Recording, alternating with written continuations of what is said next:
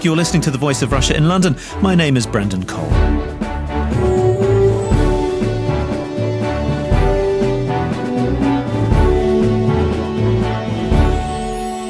Coming into force today is a ban by South Korea on all fisheries imports from 8 Japanese prefectures. It comes amid concern over leaks of radioactive water from the crippled Fukushima nuclear plant. The plant has been hit by a series of water leaks in recent months. The earthquake and tsunami in March 2011 knocked out cooling systems to its reactors, 3 of which melted down. Water is now being pumped in to cool the reactors, but storing the resultant large quantities of radioactive water has proved a challenge for the operator, Tokyo Electric Power Company, or TEPCO. Japan has announced it will also invest £304 million into building a frozen wall around the plant to stop leaks of radioactive water. When it comes to nuclear power, any accident has consequences that last for generations. So, where does this put the argument for nuclear energy? What does Fukushima tell us about nuclear power generation? Well, to discuss this and the issues surrounding it, I'm pleased to be joined in the studio by Wade Allison, Emeritus Professor of Nuclear and Medical Physics at the University of Oxford. Also here in the studio is Antony, Froggatt, Senior Research Fellow for Energy and Environment at Chatham House. On the line from Japan is Michael Penn. He's the president of the Shingetsu News Agency. And on the line from Brussels is Vande Putte, who is a Greenpeace International radiation expert, and he led the Greenpeace radiation team in Fukushima. The news today about South Korea's ban on fisheries imports. Professor Allison, South Korea is worried about the levels of radiation. Should we be? No, I don't think we should. I think we've been worried much too much. There's no reason really to treat the problems of nuclear radiation differently from the other problems that we have in the world, most of which are much more serious than the Fukushima disaster. Admittedly, a lot of investors and in Japan have lost their shirts off their backs with the loss of these reactors, but nobody has died. It's difficult to think of a disaster, so-called, in the world which has such a low accident rate. In fact, you referred to that in a piece that you wrote for the BBC News website just after the accident happened in March 2011. That's right. And you made the point that the media concentrates on nuclear radiation from which no one has died. But in light of revelations over the last few months, do you still hold that view? Oh, absolutely. And in fact, I've learned more of what's happened in the past, but we've also seen that it's been announced that nobody has died as a result of the accident. And nobody will die either, because there are people, for instance, in the radiological accident in Goiânia in Brazil, where people have had much larger doses of radiation inside them, and there have been no cases of cancer. Vande Putte, can I bring you in? You were there, you led the Greenpeace radiation team in Fukushima. How dangerous were the levels of radioactivity then, and how do they compare now? Well, to quite significant number of people, the radiation levels were too high for the people to stay there. And so more than 100,000 people have been evacuated. In our opinion, we think that if you talk about giving people advice to evacuate, you have to be very, very careful.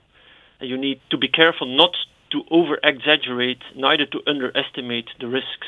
For that reason, we've taken as Greenpeace, a quite conservative position, which is very much in line with what nuclear regulators around the world, including in the UK or in Japan, are saying about the risks. Positions we usually criticize as Greenpeace as underestimating the risks, but in a crisis situation, you have to be very careful. And for that reason, we took a very conservative line, which is in line with the nuclear regulations. In our opinion, there's still a few tens of thousands of people, I'm not talking about millions of people, who are still living in an area where the radiation levels are still too high.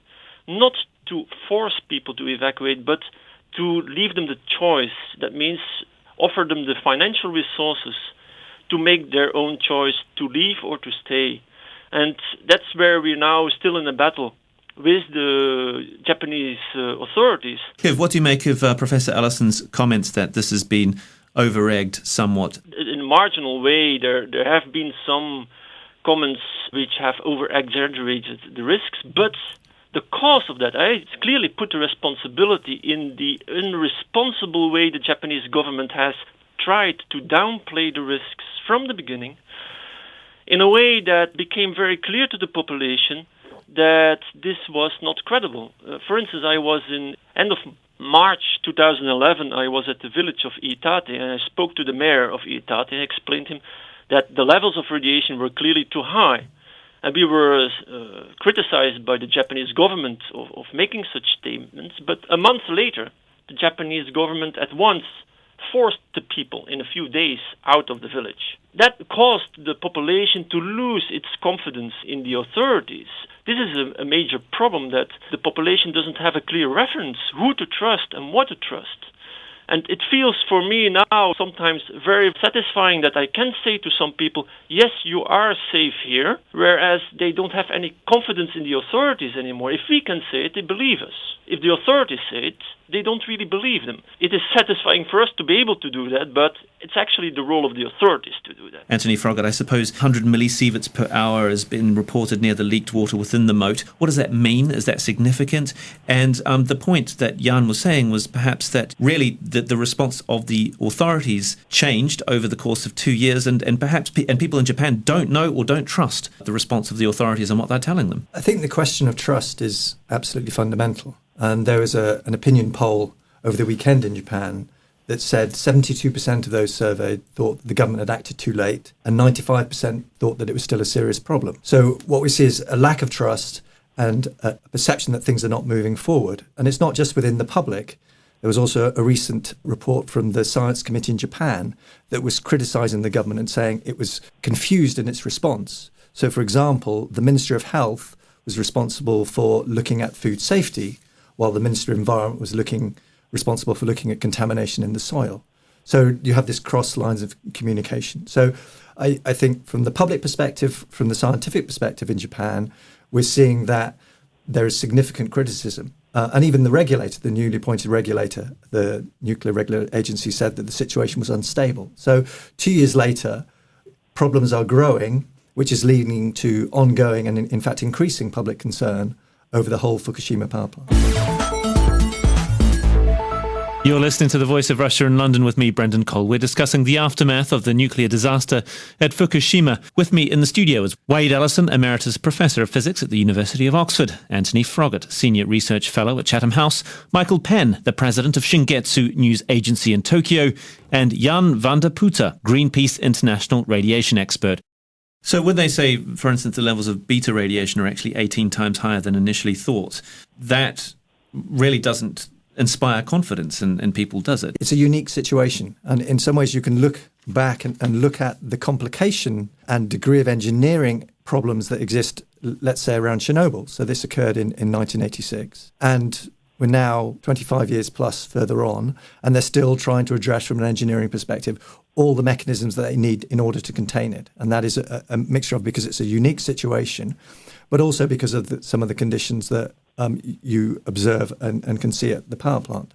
And so likewise in Fukushima, it is a unique situation. You have problems are uncovered as you do more investigation and you try to contain certain problems. Michael Penn from Shingetsu News Agency, the statistic that Antony mentions there, that it shows a significant level of distrust amongst the Japanese public. Has that been growing over the last 2 years? The general notion that the public distrusts the government response to the Fukushima crisis is absolutely true. I think that this is borne out by the public opinion polls and from a lot of conversations. I mean, most Japanese simply don't trust the information that they get, and largely because they understand, and I think they're right about this, is that the government's always trying to make things sound like it's more under control than it really is. They're all, from the very beginning of the crisis, they were saying, "Oh, nuclear meltdowns? No, there was no reactor meltdowns. It's not going to happen." It took them like 2 months or something, or 3 months, to finally even admit that the meltdowns happened. So certainly the public doesn't have a great deal of trust in the government's response. Is it growing? I'm not sure I would say it's growing, because I think that now, once you get out of Fukushima prefecture and the region affected, most Japanese are moving on to other things in their lives. I mean, it's, in a way, the complaint I hear from many people is that people are beginning to forget about it. The distance from Tokyo psychologically is quite far from the region. Yes, there's distrust, but I don't think that it's necessarily growing at this point. The trust business is indeed the problem, but the problem is that The regulations are wrong. They're wrong in the US, they're wrong from the UN, they're cautious. They're trying to appease the problem and tell people in a rather paternalistic way that radiation is all right, rather than actually educating them. Now, it's very interesting, I found, go there, and the Japanese people responded to the tsunami and the earthquake brilliantly because they had been educated and they knew what to do when it happened. And although 18,000 people did die, people looked after one another, and there was a degree of responsibility in dealing with the accident. When it came to the radiation, nobody knew anything about it at any level, as far as I can see.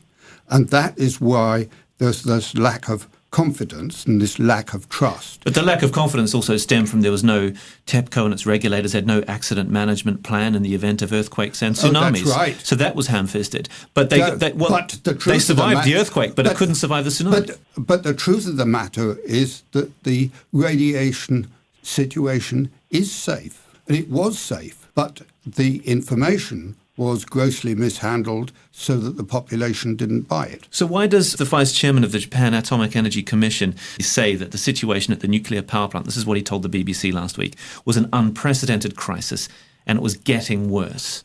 I would disagree with him completely. I haven't spoken to him, but I would certainly take him on that. Can I get your reaction to that, Jan? I mean, this comment from the Vice Chairman of the Japan Atomic Energy Commission, he is very concerned. I think the main concern we all have is that the accident is not finished, but it was just one signal. It's clear that in December 2011, the Japanese government announced a so-called cold shutdown, which was pretty misleading terminology to explain to the population that the situation was stable. The situation is not stable and will not be stable for many years to come.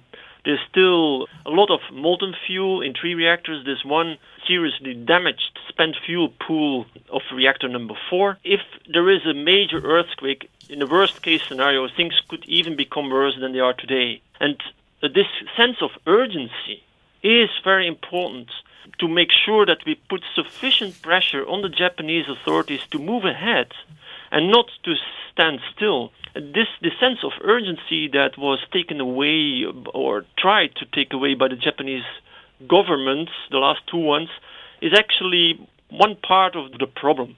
And we need to get back to that sense of urgency, not to create a panic, but to make sure everything is done that needs to be done. And that includes to develop a plan to remove the fuel. But Jan, I mean, isn't the problem that we've got 400 tons of irradiated water to store every day, and there are problems with the storage tanks? And I mean, what do you make of the science behind the proposal that the Japanese government are going to spend $500 million on this frozen wall aspect? I mean, is there not the danger that that could crack?